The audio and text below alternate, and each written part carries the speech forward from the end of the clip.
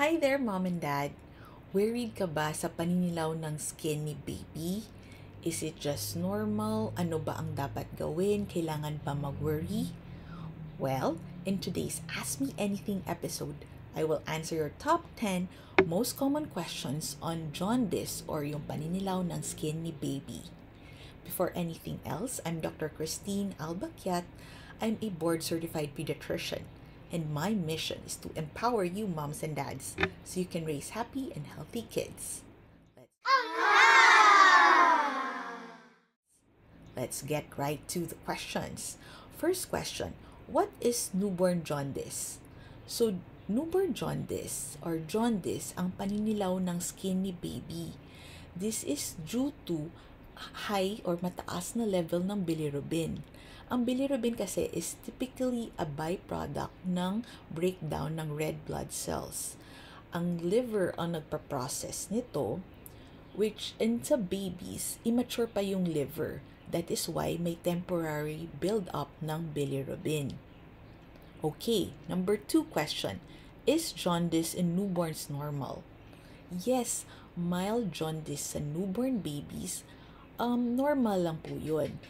It usually resolves on its own in a few days to weeks.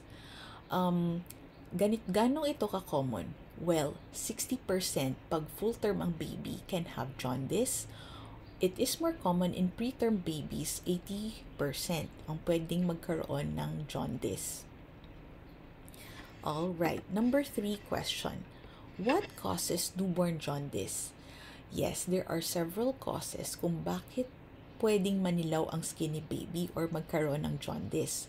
First reason is physiologic jaundice dahil lang sa immature liver, and this is a normal and common condition in babies. Another second possible reason bakit magkaroon ng jaundice is because of breastfeeding jaundice. This is due to the low intake of breast milk in the first few days. So, hindi lang enough ang nafe-feed ni baby, which is why naninilaw siya.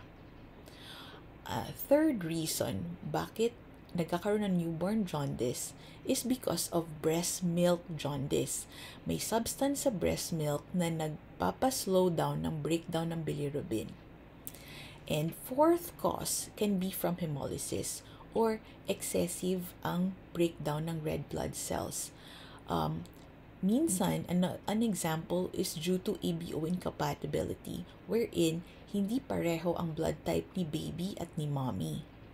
And the last cause can be due to liver disease. It is a rare condition, for example, ang sakit na biliary atresia. Number 4, how can I tell if my baby has jaundice? O paano malalaman na naninilaw si baby? Well, from the appearance, nakita mo na nag-yellow ang skin ni baby, pati yung eyes niya minsan madilaw din. Paano ang pattern? Usually, ang paninilaw ng baby nagsa-start sa face, tapos bumababa sa chest, then sa belly, down to the legs. You can press on baby's skin gently and mapapansin mo naninilaw ito. May cases din na severe ang jaundice where may ibang symptoms na sa baby, kagaya ng matamlay or lethargic, hindi na maganang mag-feed, and sobrang irritable ang baby. Okay, number 5, when should I worry about jaundice? Well, you need to report to your pediatrician if ang jaundice o ang paninilaw ng skin ni baby ay nangyari sa first 24 hours. Dapat wala. Normally, later pa yan naninilaw si baby. If ang jaundice nag-worsen or nag-spread na sa legs and feet, so ang common lang and normal na jaundice is from the face to the chest. Pero pag nag-spread down na to the legs, ibig sabihin, baka mataas na yung level ng bilirubin ni baby. Another thing you should worry about, if masyadong sleepy si baby, hindi nag-feed ng maayos, not feeding well, sobrang irritable, and may characteristic high-pitched cry. So, iba na yon. You need to worry na masyado nang mataas ang level ng bilirubin ni baby. And also, you need to worry if there are already signs of dehydration. So, pag konti lang ang wet diaper or sobrang dark ng urine ni baby, you should let the doctor know. Okay, number 6 question. How is newborn jaundice diagnosed? Well, doctors can diagnose jaundice by visual assessment. So, makikita on physical examination na nag-yellow ang skin ni baby. So, by checking the skin color. Doctors can also use a Bailey meter. It is a non-invasive test where i-check lang using a meter kung ano ang level ng bilirubin ni baby. And the most accurate and reliable test is by blood test, where baby serum bilirubin levels are checked to confirm the level of the bilirubin. Alright, number 7 question. What are the treatments for jaundice? So, treatment would depend on the severity of the case. For example, if mild lang ang case, no treatment is needed.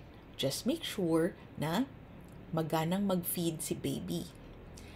If moderate ang jaundice, depende yan sa level na na-check ng doctor. If moderate ang jaundice, then your baby may need phototherapy. Your baby may need to be in the hospital para ma-expose sa blue light, para i-breakdown ang bilirubin ng phototherapy.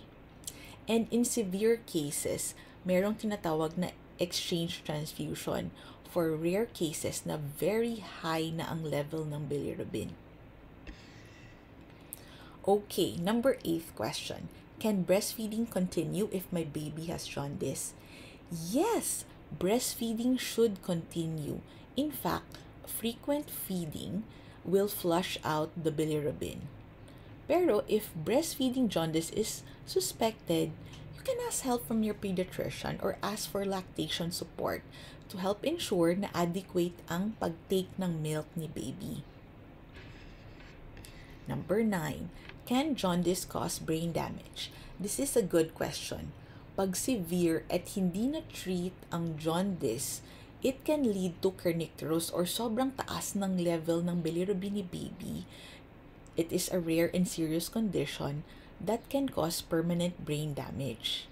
But, kailangan ng with proper monitoring and treatment, mape-prevent ang kernicterus from happening. Alright, number 10. How long does newborn jaundice last? This is a good question. If physiologic ang jaundice or normal jaundice in babies, usually, ang paninilaw nagpipeak o mataas ang paninilaw in the first 3 to 5 days. Tapos nawawala ito in 1 to 2 weeks. Ganon ang physiologic jaundice. Ngayon, pag breast milk jaundice ang cause or something in the breast milk that causes the jaundice, it can last from 3 to 12 weeks. Pero these cases are usually harmless. And lastly, if pathologic jaundice ang cause or due to the disease, well, doctors need to investigate and treat.